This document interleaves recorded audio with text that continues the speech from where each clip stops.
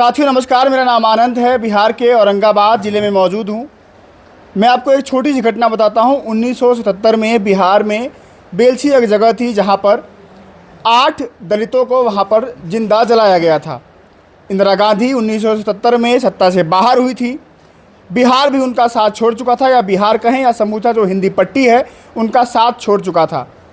इंदिरा गांधी को एक खबर मिलती है जब दिल्ली रहती हैं वो, कि बिहार में कोई घटना घटी है, दलितों के साथ नरसंहार हुआ है। वो कहती हैं कि मैं वहाँ जाऊँगी बेलछी, उन परिवारों से मिलूँगी।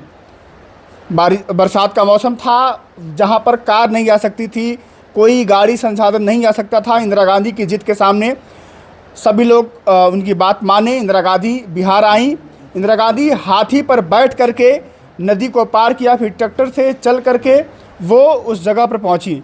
उसके बाद से मैं आपको बता दूं कि मामला ये रहा कि जिस बिहार ने 3-4 महीने पहले जिस कांग्रेस को ठुकराया था, उस घटना के बाद, बेलछी घटना के बाद इंदिरा गांधी का राजनीतिक परचम ऐसा लहराया कि हिंदी पट्टी समेत 1980 में जब चुनाव होते हैं तो इंदिरा गांधी देश की प्रधानमंत्री बनती हैं।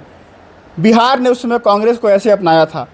इस वक्त मुझे इस कहानी को बताने का सिर्फ इतना सा मकसद है कि बिहार विधानसभा चुनाव के ठीक 5 महीने पहले बिहार कांग्रेस ने अपना प्रदेश अध्यक्ष बदला है। उन्होंने कुटुंबा से 2 बार के विधायक, वर्तमान में विधायक हैं, राजेश राम को बिहार की कमान सौंपी है। जिम्मेदारी बड़ी है। कुटुंबा से लगातार तीसरी बार विधायक बनने की जिम्मेदारी भी होगी, दबाव भी होगा, तो वहीं अब समूचे बिहार को संभालने की जिम्मेदारी भी होगी। मेरे दाईं तरफ बैठे हैं राजेश राम, कुटुंबा से विधायक है, कांग्रेस के प्रदेश अध्यक्ष हैं। इनसे बातचीत करते हैं, समझते हैं। बहुत बहुत स्वागत है आपका। आपको भी बहुत स्वागत, धन्यवाद। औरंगाबाद के धरती पर आपको भी स्वागत। अब तो आप विधायक के साथ साथ प्रदेश अध्यक्ष हैं, जिम्मेदारी बड़ी है। कैसा लग रहा है इस जिम्मेदारी को लेते हुए?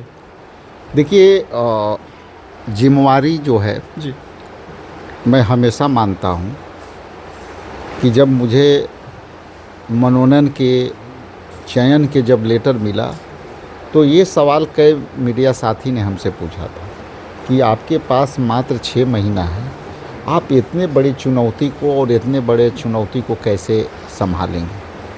तो आज भी मेरा वही उत्तर होगा कि साल भर आदमी अपने सेशन का पढ़ाई करता है जी, और वो सेशन का पढ़ाई करता है, लेकिन जब एग्जामिनेशन देता है तो असली तैयारी कम समय में 1.5 से 2 महीना के पढ़ाई में वो उसका कंप्लीट होता है। इसलिए ये अच्छी बात है कि आपके पास काम करने के लिए, यदि आपके पास काम करने का लक्ष्य है और आपके पास वो लक्ष्य है कि आपके पास समय कम हो, तो आप त्वरित गति से, तेज गति से, आप ठोस गति से आप निर्णय लोगे और जल्दी जल्दी काम निपटाओगे और उसका इम्पैक्ट अलग पड़ता है। इसलिए आप देखे होंगे कि आज के डेट में लगभग हम, यदि हमारी मनोनयन हुई मार्च में के आसपास हमारी मनोनयन हुई थी, 23 मार्च लगभग, आज 23 मार्च से देख लीजिए और आप धरती पर जा कर के देख लीजिए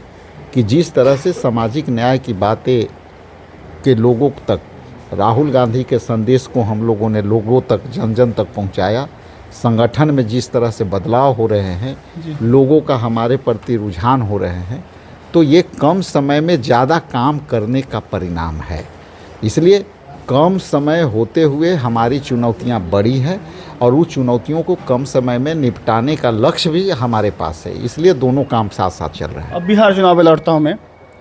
बिहार चुनाव को लेकर के जो SIR का बवाल मचा हुआ है, चुनाव के ठीक पहले जो SIR हो रहा है, उसको लेकर के बिहार से लेकर के दिल्ली तक बवाल मचा हुआ है। देश के विपक्ष के सांसद रोड पर आते हैं, निर्वाचन आयोग जाते हैं तो पुलिस बैरिकेडिंग करती है, उनको डिटेन करके थाने ले आया जाता है। उसके बाद से आरोप ये लगता है कि ये लोग झूठ बोल रहे हैं, चुनाव आयोग अपना काम कर रहा है।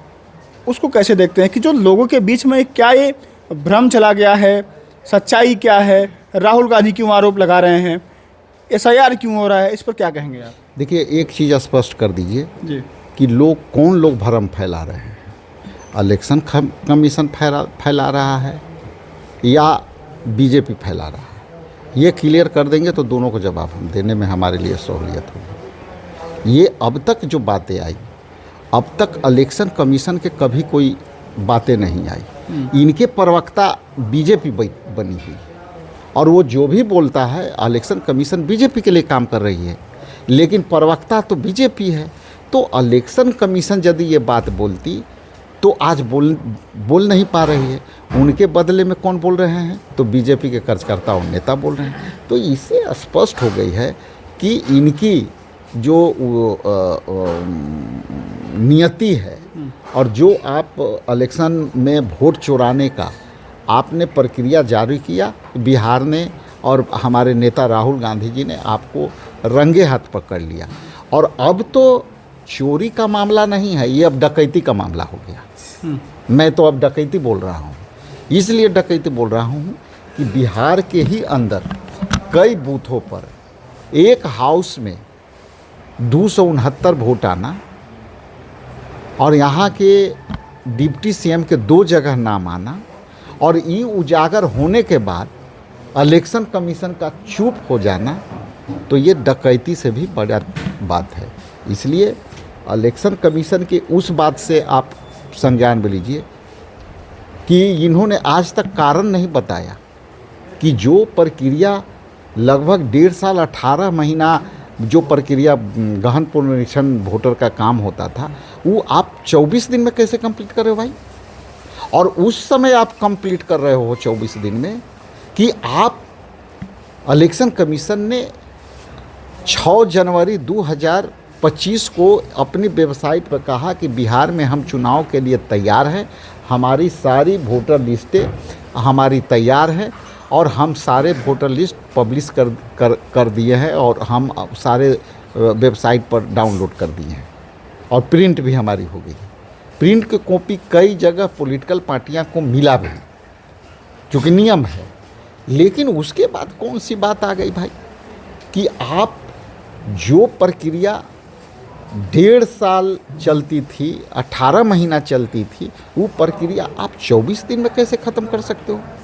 और वोटर का बनाने का अधिकार ये इलेक्शन कमीशन को है और कभी भी ऐसा नहीं है कि वोटर बनने के लिए इलेक्शन कमीशन को प्रमाण देना पड़ा हो। हाँ, आप भी बनवाए होंगे, लेकिन कोई प्रमाण नहीं है। पहले बीएलओ आते थे, दरवाजे पर आते थे, भाई इस घर में कितने परिवार हैं, कितने लोग हैं, नाम लिखते थे, चले जाते थे। और आज वही इलेक्शन कमीशन, आप गौर कीजिएगा, आप आज वही इलेक्शन कमीशन अपने द्वारा जारी वोटर आईडी कार्ड के ईपिक को ही निरस्त कर रहा है और वो कह रहा है कि गलत है। अमित शाह जी आए थे, कह रहे हैं कि बिहार में बाहरी घुसपैठिए घुस आए हैं, तो उनको बाहर नहीं करूँगा बिहार से मैं। एक सवाल ये भी बनता है कि होश आपको अब आई। आप जब 2024 में आम लोकसभा का चुनाव हो रहा था, उसी घुसपैठिए के वोट से जीत के बैठे हुए हो, तो अब होश आया। आप कह दो ये उसी घुसपैठिया ने, वही वोटर थे ना जिनको आज आप नाम काट रहे हैं घुसपैठिया के नाम पर। तो या घुसपैठिया गलत है, या इलेक्शन कमीशन गलत है, या आपके वोट पर जिस वोट के बदौलत केंद्र में सरकार बना के बैठे हो वो गलत है। राहुल गांधी कह रहे हैं कि चुनाव आयोग के अधिकारियों को छोड़ा नहीं जाएगा, बख्शा नहीं जाएगा। आने वाला समय में वो भी देख लेंगे हम लोग। और देखिएगा, आने वाला समय में हमारा नेता प्रधानमंत्री बनेगा और यही जनता बनाएगी। और हम कब बन गए होते, अभी हमारा सरकार होता, इन्होंने 18 सांसद चुराए हैं जो हमारे थे और वोट चोरी करके 18 सांसद बनाए थे। और 10 सांसद हमारे होते तो इंडिया में हमारा आज इंडिया गठबंधन की सरकार होता। इसलिए हमारा नेता प्रधानमंत्री बन चुका है, लेकिन आप वोटें चुरा लीजिएगा तो नेचुरल है कि विपक्ष में बैठना पड़ा। राहुल गांधी और तेजस्वी यादव बिहार में 17 तारीख से यात्रा निकालेंगे। उस यात्रा को लेकर के क्या उस यात्रा में आप लोग वोट भी मांगेंगे या लोगों को ये बताएंगे कि आपका वोट चोरी हो रहा है, आपका मतदान का जो अधिकार है उसको ख़त्म किया जा रहा है? हमारा यह यात्रा एक चैनल में हमने ऑलरेडी कहा जी। और मैं डंके के चोट पर कहता हूँ, ये कभी भी ये अलग बात है कि हमारा चुनावी वर्ष है हमारे बिहार के अंदर जी। और लगभग अक्टूबर से नवंबर के बीच में यहाँ मतदान होना सुनिश्चित है। जी। लेकिन वोट के अधिकार जब संविधान में दिए हुए अधिकार को यदि कोई छीन ले, षड्यंत्र कर ले, तो ये मेरा दायित्व बनता है कि हम उनके अधिकार के लिए लड़ें। जो 65,64,000 नाम बाहर किए गए हैं, वोट देने से वंचित हुए हैं, आज जिनको पता चला है वो ब्लॉक में दौड़ रहे हैं, उनको आवासीय प्रमाण पत्र नहीं बन रहे हैं, उनके जाति प्रमाण पत्र नहीं बन रहे हैं। तो सवाल ये है कि जो 11 डॉक्यूमेंट आप मांगे थे, आज जिनके नाम बाहर हो गए उनको अब सिद्ध करना पड़ रहा है, और सिद्ध करने के लिए उनके पास प्रमाण नहीं। इसी बात की तो लड़ाई है हमारी कि आप 11 डॉक्यूमेंट जो मांगे। यहाँ मैट्रिक पास लोग, बिहार के जो औसतन रेट है शिक्षा का रेट में, औसतन 10 से 12% शिक्षित लोग हैं जिनके पास मैट्रिक का परीक्षा, मैट्रिक का सर्टिफिकेट है। और मैट्रिक का सर्टिफिकेट में आपको पता होगा कि उसमें डेट ऑफ बर्थ होता है। उतने अपने आप को साबित कर पाएंगे कि हम जो है हमारा डेट ऑफ बर्थ ये है। लेकिन आज ही स्थिति ये है कि जिनकी नाम कट गई उनके पास अपने आप को प्रूफ करने के लिए अपने देश में जन्मे, अपने राज्य में जन्मे, अपने प्रखंड में जन्मे, अपने पंचायत में जन्मे, अपने बूथ पर जन्मे लोग जो आजीवन वोट देते रहे, उनको आज प्रमाणित करना पड़ेगा SIR के थ्रू कि हम वोटर हैं। और वोटर प्रमाणित करने के लिए उनके पास प्रमाण नहीं है। भाजपा कह रही कभी आप लोग संविधान के नाम पे डराते हैं लोग, देश वालों को, कभी वोट के नाम पे डराते हैं, जबकि सब कुछ ठीक चल रहा है। देखिए, डराने की बात है। संविधान हम लोग क्यों कहते हैं कि खतरे में है? संविधान में हमारा क्या है? हम जो है लोकतंत्र में रखते हैं, हमारा मौलिक अधिकार आर्टिकल 37 तक है, 16 से लेकर के और 37 तक। हम आर्टिकल की बात करें तो संविधान हमको क्या देता है? सबको यहाँ बैठने का अधिकार, खाने का अधिकार, बोलने का अधिकार, इसके बाद हमको चुनाव लड़ने का अधिकार, वोट देने का अधिकार। संविधान इसलिए खतरे में है कि आप धर्म का पालन करने का हर व्यक्ति का अपना अपना अधिकार है, और आप धर्मनिरपेक्षता, हमारा जो संविधान है वो धर्मनिरपेक्षता का पाठ देता है। धर्मनिरपेक्षता पर आधारित हमारा देश है, और उसमें आप संप्रदायवाद फैला रहे हो, इसलिए संविधान खतरे में है।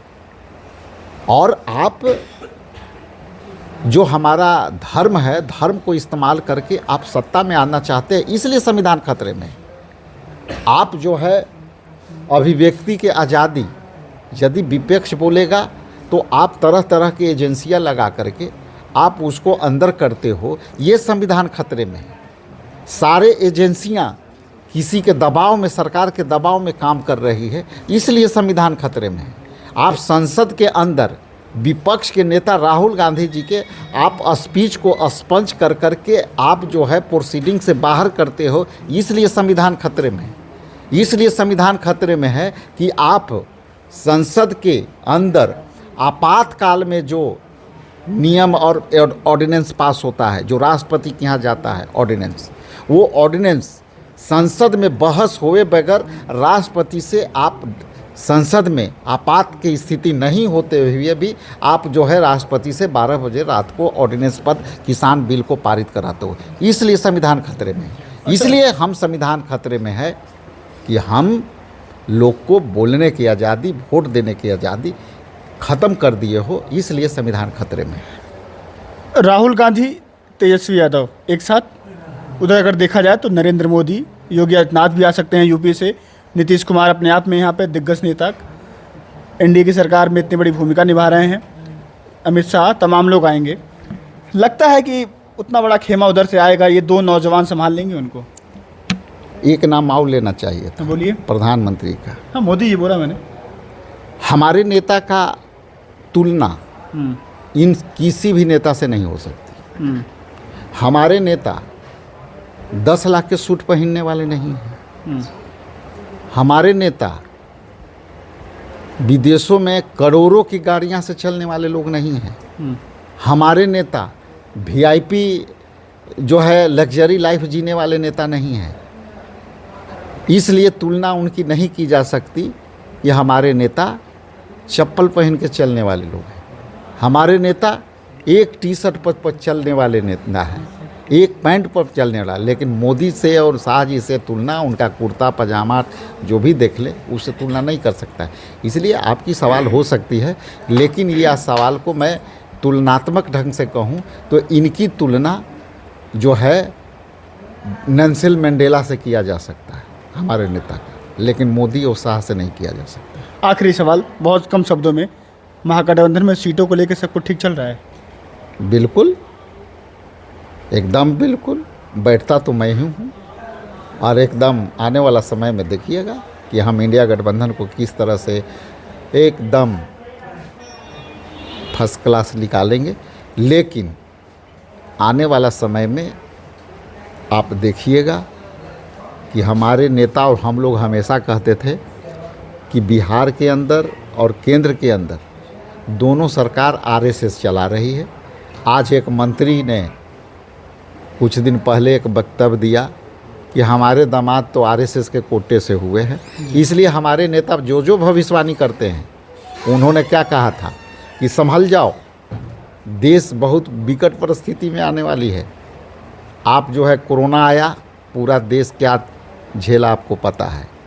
उन्होंने कहा था कि आप नोटबंदी मत करो, 12 बजे के जो कह रहे हो कि 8 बजे रात के आप आते हो और कह देते हो कि आज के बाद हमारे करेंसी लीगल टेंडर नहीं है, हमारे सभी जो है हो गए। आज उस समय हमारे नेता बोले थे कि देश की अर्थव्यवस्था सबसे निचली पायदान पर जाएगी। जीएसटी के बारे में उन्होंने कहा था कि आप जीएसटी ला रहे हो, लेकिन देश में छोटे छोटे जो आपके उद्योग धंधे हों वो सब बंद हो जाएंगे। आप दिल्ली के गलियों में देखे होंगे कि कहीं बैलून बनता था, कहीं चप्पल बनता था, कहीं कंघी बनता था, कहीं आइसक्रीम के क्लिप बनता था, वो सारे बंद हैं। इसलिए राहुल गांधी जी का जो भविष्यवाणियाँ होती है मतलब होती है। जी, बहुत बहुत धन्यवाद आपका। Thank you sir. मेरे साथ कांग्रेस के प्रदेश अध्यक्ष बिहार के राजेश राम जी मौजूद थे, इनसे बातचीत हुई। दलित समाज से आते हैं, कांग्रेस ने बड़ी जिम्मेदारी दी है। जिम्मेदारी ये है कि अपनी सीट भी बचानी है, कुटुंबा से विधायक हैं, और कांग्रेस को बिहार में वो सीटों का आंकड़ा देना है जिससे महागठबंधन में इनकी भूमिका बड़ी हो और महागठबंधन सरकार बनाने की स्थिति में आ सके। 17 तारीख से राहुल गांधी और तेजस्वी यादव पैदल निकलेंगे, बिहार को नापेंगे और नापने के साथ वो संदेश भी देंगे कि आपका वोट चोरी हो रहा है। अपने वोट को लेकर के हम लोग आए हैं मतदान को बचाने के लिए, आपके अधिकार को बचाने के लिए। हम इस यात्रा में रहेंगे, आपसे मुलाकात होगी। फिलहाल के लिए नमस्कार।